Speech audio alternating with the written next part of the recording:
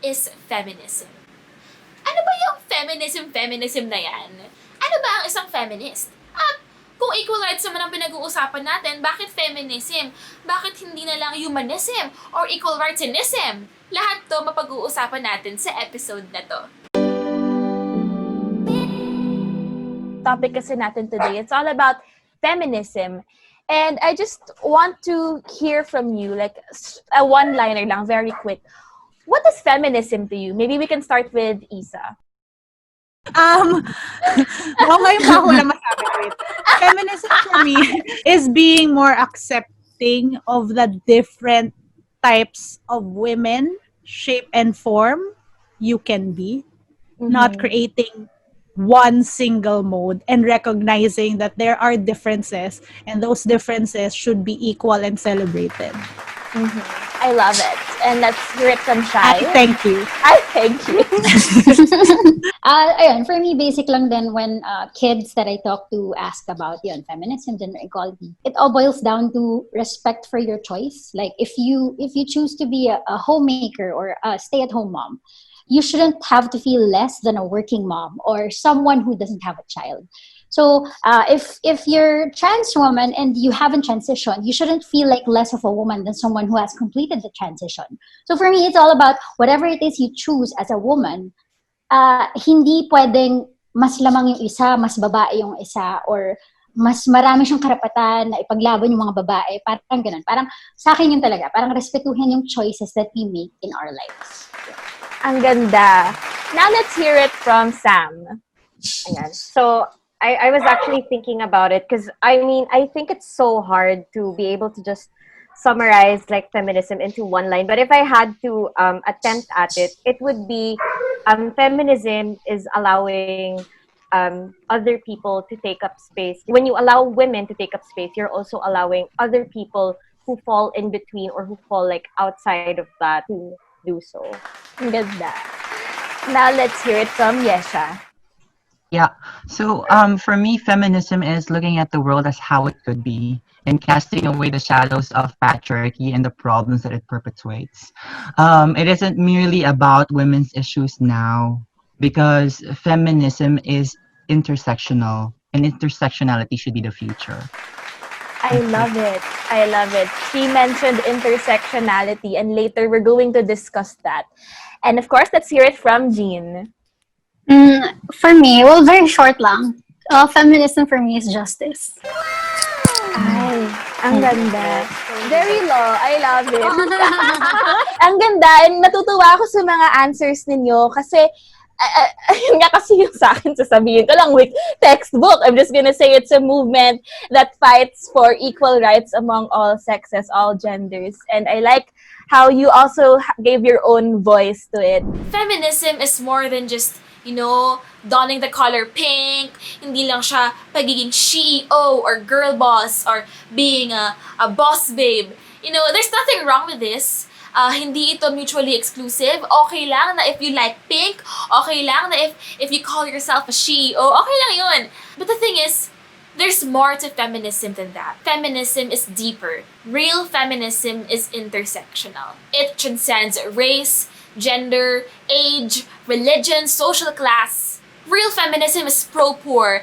Real feminism accepts all genders. So when I encounter this term called intersectional feminism that transcends all these, I was genuinely curious. Ano ba to? Ano ba itong intersectional feminism?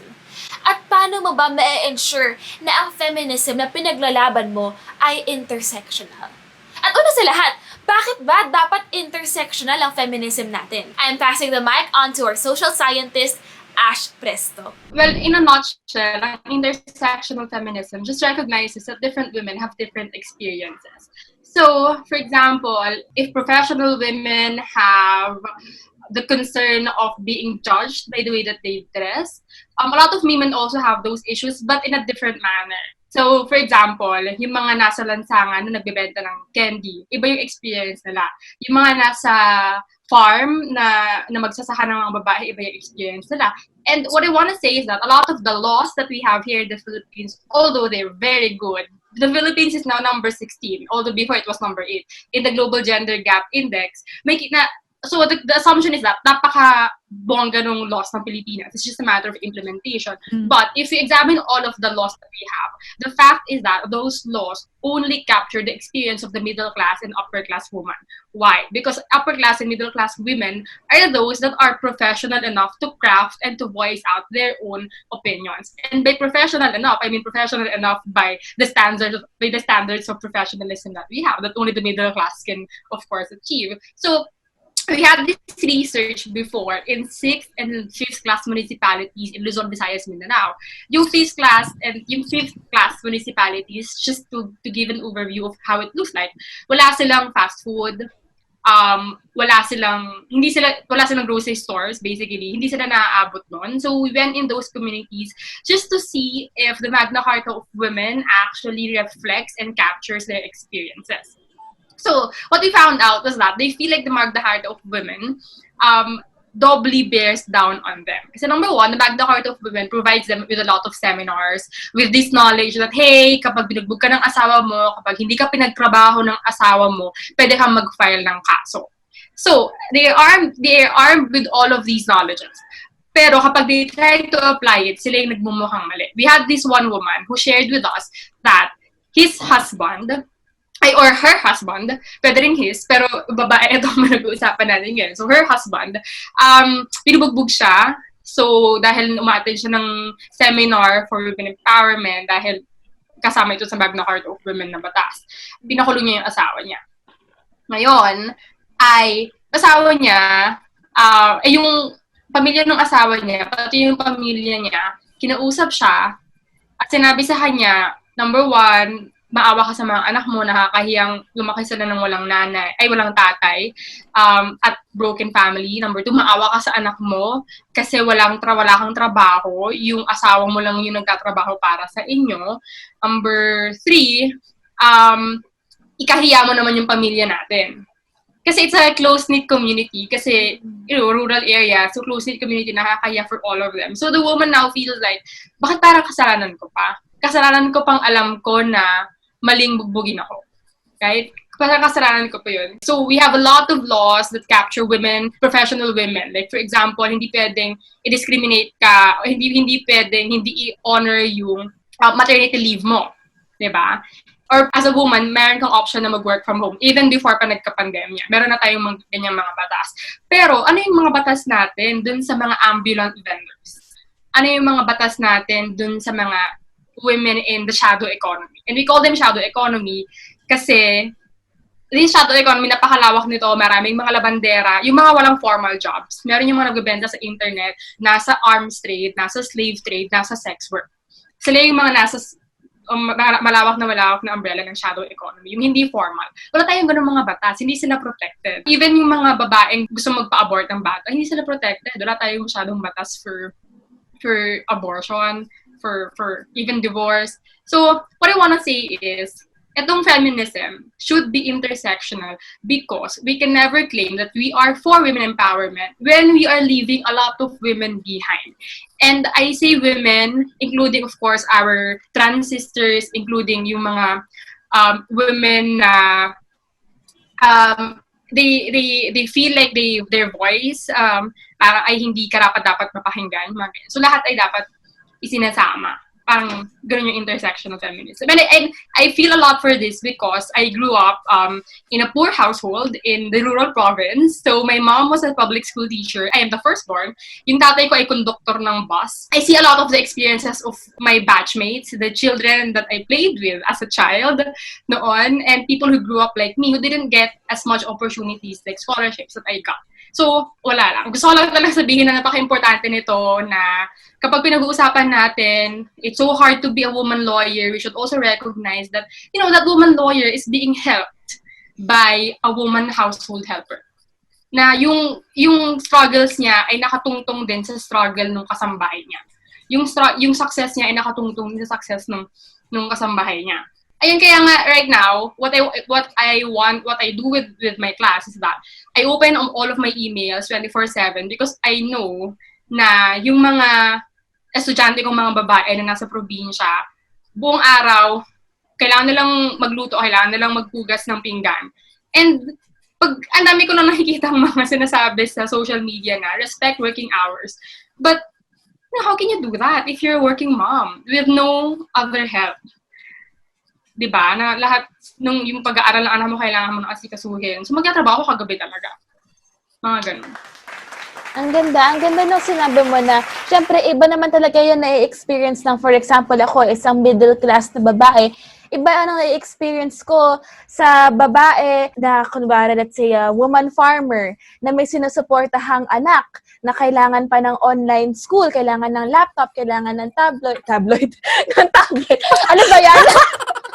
Na, 'di ba, iba ang na-experience nila na may pandemya pa. So ang daming layers, no? There's a pandemic, there's social status, there's kung anong religion mo. Ang dami. And something very interesting because before the lockdown, first week of March, I was at the Buckwheat School sa UP Diliman. So I was talking to some students there, and one of them told me na merong usap-usapan sa grupo nila na parang, ano ba ako, bisexual ba ako, lesbian ba ako, and these are lumad women, young lumad women, youth sila. So parang, ang struggle naman nila is that their community is not yet ready to open the conversations on gender, or at least they feel like that's the case. I mean, we'll never know unless we do that, diba? So parang they feel like that's the case kasi ang lagi pinaglalaban nung lumad school ay karapatang lupa, pagbagsak ng feudal at kapitalistang sistema na valid siya. What I wanna say is that intersectional feminism can fight, different levels of inequalities all at once, whether they be gender or class or any or education or religion, lahat pwede niyang sakupin. I just want to, point real quick, yung when Ash said na may mga batang lumad talking about thinking if they're lesbian or they're bi. Sobrang daming layers na rin pala yun. Kasi, first of all, being part of the LGBT community, you're part of a minority. And being part of a lumad community, you're also a minority. And being part of a social class, that's another layer. So, grabe. So, kakaiba yung experience nila. I'm sorry, yes? Am I saying sorry? Yes. Necessarily Kristiyano, hindi din sila necessarily traditional manner, hindi rin sila well-dressed in the traditional manner. So, ang dami talagang doon. Kailangan yung Yes. Oo. I just had a light bulb moment when hearing Ash talk. For the longest time, we're guilty of the sin that we do not really accept or consider other people's experiences as valid, other people's struggles as valid, if we don't experience it on our own, if we don't experience it personally. And I think that's one problem there. And I think intersectional feminism, isa sa pinaka-selling point niya is that there's sense of community. For the longest time, we are actually, I'd like to use the word selfish, we've been actually very selfish because we only push for the struggles that we personally experience. And I'm guilty of that because when I was in the Philippines, I had a good job. I did some pageants and people know me, and my struggles were not the same struggles that I'm experiencing now as a transgender woman of color here in a Western country. And yung awakening moment ko was when I started working as a waitress, and almost every day with no miss, a lot of men would tell me to sit down with them and have a talk.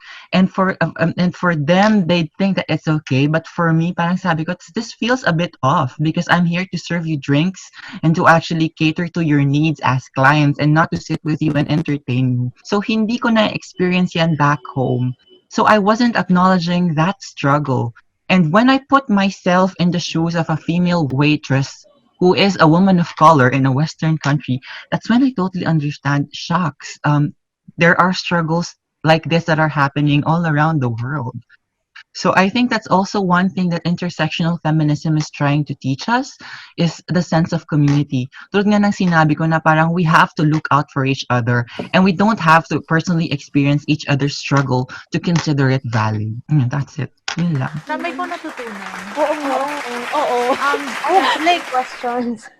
So we've been talking about intersectionality, and then I like what Ayesha said about how her experiences changed from being a transgender woman in the Philippines versus being a transgender woman of color in the West. So I wanted to talk about parang, and or like ask about like privilege, na parang when did you realize that you had certain levels of privilege or layers of privilege that you enjoyed, like whether in the Philippines or in the West, and parang how did that feel when that completely changed? Sorry, labo. Like, pero ang dami kasi tumatakbo sa isip ko. I think I get what you mean, no. Kasi back home in the Philippines, I'm actually quite known in the pageant scene, in the trans pageantry scene.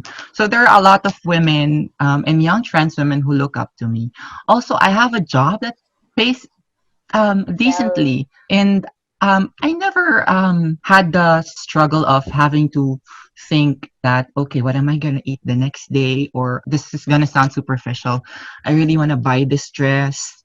When I was in the Philippines, I wanted to buy a dress. If I wanted to buy makeup or anything that would suffice my needs, I could immediately reach out for my wallet and pay for it. But then right now, in Belgium, my diploma is not recognized as a bachelor's degree, which means it's going to take time until it's recognized for me to be able to practice my profession as a nurse. And so right now, I'm mostly living off my savings and the support of my husband. So since I am an independent woman and I don't want to be fully dependent on my husband, I tried looking for another job, something that's not really related to my degree or to what I've been doing back home. And na-realize ko yung ganong struggle na parang, oh my God, when I was back home, I had the privilege of being able to buy what I want anytime I wanted. But right now, I'm struggling because I don't want to be so much dependent on my man. And I'm earning like 50 euros, 50 euros a day, which means and I have to work 22 euros a week. You do the computation. It's like 40,000 pesos. And it's not enough to actually buy me the things that I need. And naisip ko, what if I was a mother of 3 kids and I have to, kailangan ko pagkasahin tong kinikita ko? What if I was an OFW and kailangan kong pagkasahin tong kinikita ko to be able to support my family back home? So the experience that I had has brought me into the shoes of these women, which I was never fully aware of before I came here. And it's just it was a very enlightening moment for me.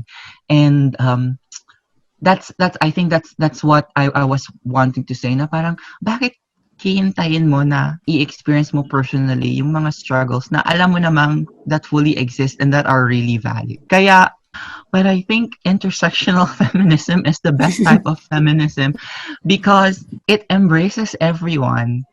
And it embraces the struggles of everyone, even if you don't personally experience it. It embraces the identity of every woman in every part of the world, of every woman in every part of the economic ladder, and acknowledging these experiences to be valid. And I am speaking of that because I am putting on the hat of a transgender woman now. The word intersectional, that just makes me feel safe to be around these ladies. If I just hear the word feminism, I would have questions in my head, like, what if some of these women do not accept trans women as part of the women's movement? Diba? So the power of the word intersectional itself gives me a sense of home, that I am in a safe space and I can speak up my thoughts. So yun. Dami kong sinabi. Ang ganda nun. Ganda. Oo, kasi like you guys have spoken about and discussed in depth what intersectional meant. And it's probably my privilege speaking. I have never even thought about what intersectional feminism is.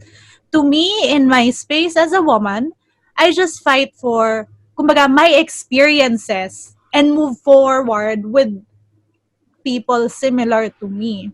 And to me, whether it's called feminism or intersectional feminism doesn't weigh as much as it would weigh to Yesha. And that's beautiful because, in a sense, understanding that, I'm putting together what I learned from what Ashley said na, it's the knowing and the accepting, and widening it with what Yesha is saying, that you don't have to experience but acknowledging and putting it there in that space. Kumbaga, when someone says feminism, let alone intersectional feminism, it seems like such a grand, vague plan. And I know with our shared experiences, parang sometimes it seems like such a daunting task to do anything about. I mean, to be honest, it's tiring. Pero put into that context and breaking it down into, doing this and just accepting and taking together and taking it as one, parang it feels doable. I Yeah, also want totally. to share something, like a practical thing that we can do in order to move like what we do forward. So in my experience, of course, a lot of the people that I interact with are middle class people, and sometimes you just meet like one or two people who grew up like me in the academic scene. So ngayon, I always have to remind my colleagues na what about yung mga batang nasa laylayan na walang access sa ganitong module? What about, especially kasi remote teaching na. What about yung mga bata sa laylayan na walang ganito? I have this one experience with a local government unit. I'm not gonna mention which at kung saan siya. So there's this local government unit that during the pandemic, like said yes to a partnership that I wanted about HIV awareness seminar. And the first para doubt that they had when I said that these HIV seminars should target yung lower class youth, no questions. Lower class youth kasi hindi naman sila masyado nakaka-attend ng mga HIV seminar. Ang daming logistical concerns like paano ba wala silang data, or kapag mag-physical venue naman, baka yung face mask nila inuulit na hindi na effective, or baka wala silang pambili ng face shield, wala silang laptop na gagamitin, hindi sila marunong mag-Zoom, mga ganyan. So, there's always these concerns. Pero, that's the point, di ba? Di gawan natin ng paraan. So, it's always a matter of reminding like the people that you work with. Kasi like, the way that I stand right now, a lot of people will think na I grew up also in a good family, in a good socio-economic background, and you'll never know unless you really ask them kung ikaw ano sa tingin mo, nag-resonate ba to sa'yo? Diba? Ayun, I love it. Oo, ang saya ng discussion. Actually, tahimik lang. Mm. Oo, tahimik lang ako. Diba, sabi ko, I'm hosting, pero hindi, tahimik lang ako eh. Kasi I'm really learning, and thank you so much for sharing all your stories, especially kay Yesha, na ang dami mong nasabi na ngayon lang din nag-open up sa mind ko, and kaya nga kailangan talaga natin itong i-push yung intersectionality na to. I like what you said na intersectionality means home. I like that. Na I didn't even realize that for trans women, the word feminism, parang nagkakaroon pa sila ng parang, am I safe here? Yeah, na parang, am I accepted here? I didn't realize it that way.